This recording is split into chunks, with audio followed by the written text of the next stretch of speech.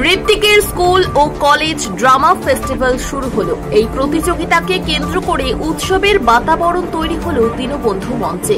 নূতন প্রজন্মের থিয়েটার শিল্পী তৈরি করতে এই প্রতিযোগিতা খুব প্রয়োজন বলে জানান অতিথিরা।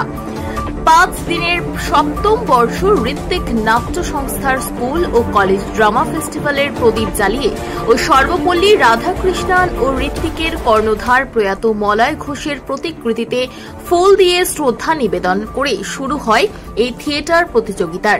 22টি স্কুল ও 5টি মহাবিদ্যালয় এই নাট্য প্রতিযোগিতায় অংশগ্রহণ করে।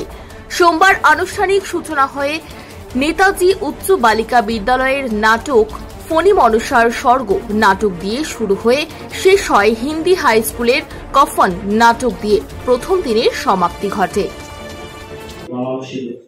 একটু দেরি হলো, কিন্তু ঋত্বিক যে কাজটা করছে, যে স্কুলের ছেলে মেয়েদের নিয়ে প্রতি বছর এই নাট্য চর্চা করা, অনুষ্ঠিত করা, এটা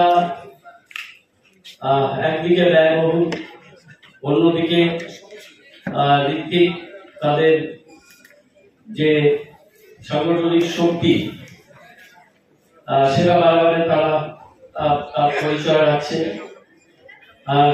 খুব বেশি আবেগ, উইল পাওয়ার, মনের ইচ্ছা না থাকে এই কাজগুলো করা যায় না।